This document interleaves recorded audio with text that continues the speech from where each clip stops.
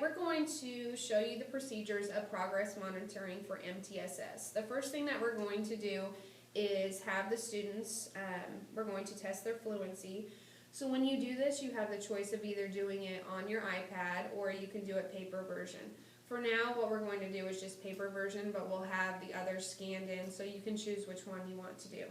So I'll have the paper that has the numbers on it for how many words there are on each line, and the student will have the blank copy. So we're going to go ahead and get started with that. I'm going to have you read a passage for me, and you'll have 1 minute to read the passage aloud. After that 1 minute, you'll have the choice to either do it aloud or you can continue reading it quietly. You're going to read across the page. If you have any questions about a word, then I can definitely help you with it. Do you have any questions? All right, go ahead and put your finger on the first word whenever you're ready. One day, I got a curious letter in the mail. I had never seen anything like it. I didn't recognize the address, but it seemed to be from the government. I opened it. The letter said that I had to appear in court for jury duty on May 23rd. I was excited. I was eager to learn more about how courts work. I might even get to serve on a jury. Besides voting, I know jury duty is one of the most important responsibilities I can have as a citizen. Jurors work to make sure that each person accused of a crime gets a fair trial. Serving as a juror is another way that people have power in the United States government. I felt honored I would finally be able to play such an important role. On May 23rd, I went to the courthouse and sat down in a room with several other people. First, some men and women came in and asked each person some questions. The men and women were the lawyers for the prosecution and the defense. They were choosing the jury for a case involving a woman who had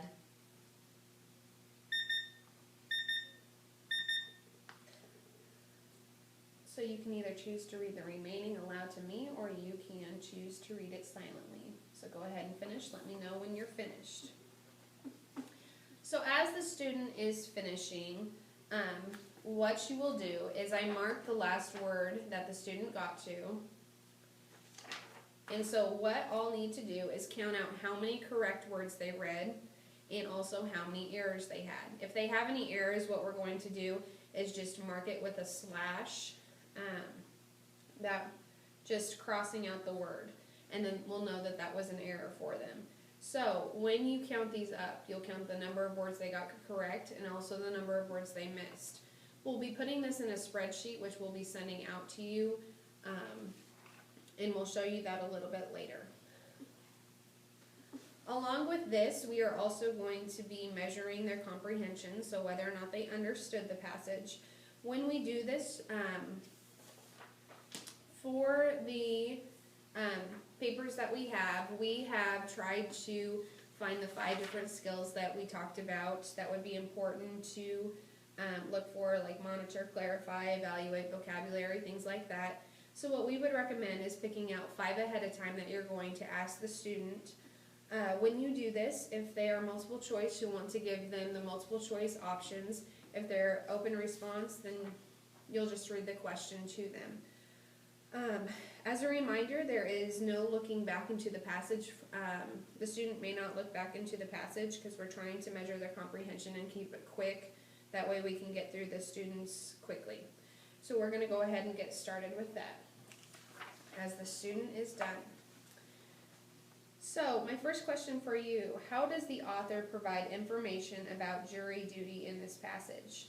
By listing definitions of legal terms, by telling the details of her personal experience, by giving a history of how jury duty has evolved, or by arguing that juries are not the best way to decide cases. B. Next one. Which statement best explains why jurors sometimes spend a long time trying to decide if the defendant is guilty or not? A. They have to spend 3 days by the law. B. The jurors can never talk to each other. C. The jurors have to stay in the room for 2 hours. Or D. All the jurors have to agree one way or the other. D. And then any extra multiple choice, you'll just finish. We'll also do an example of an open-ended one.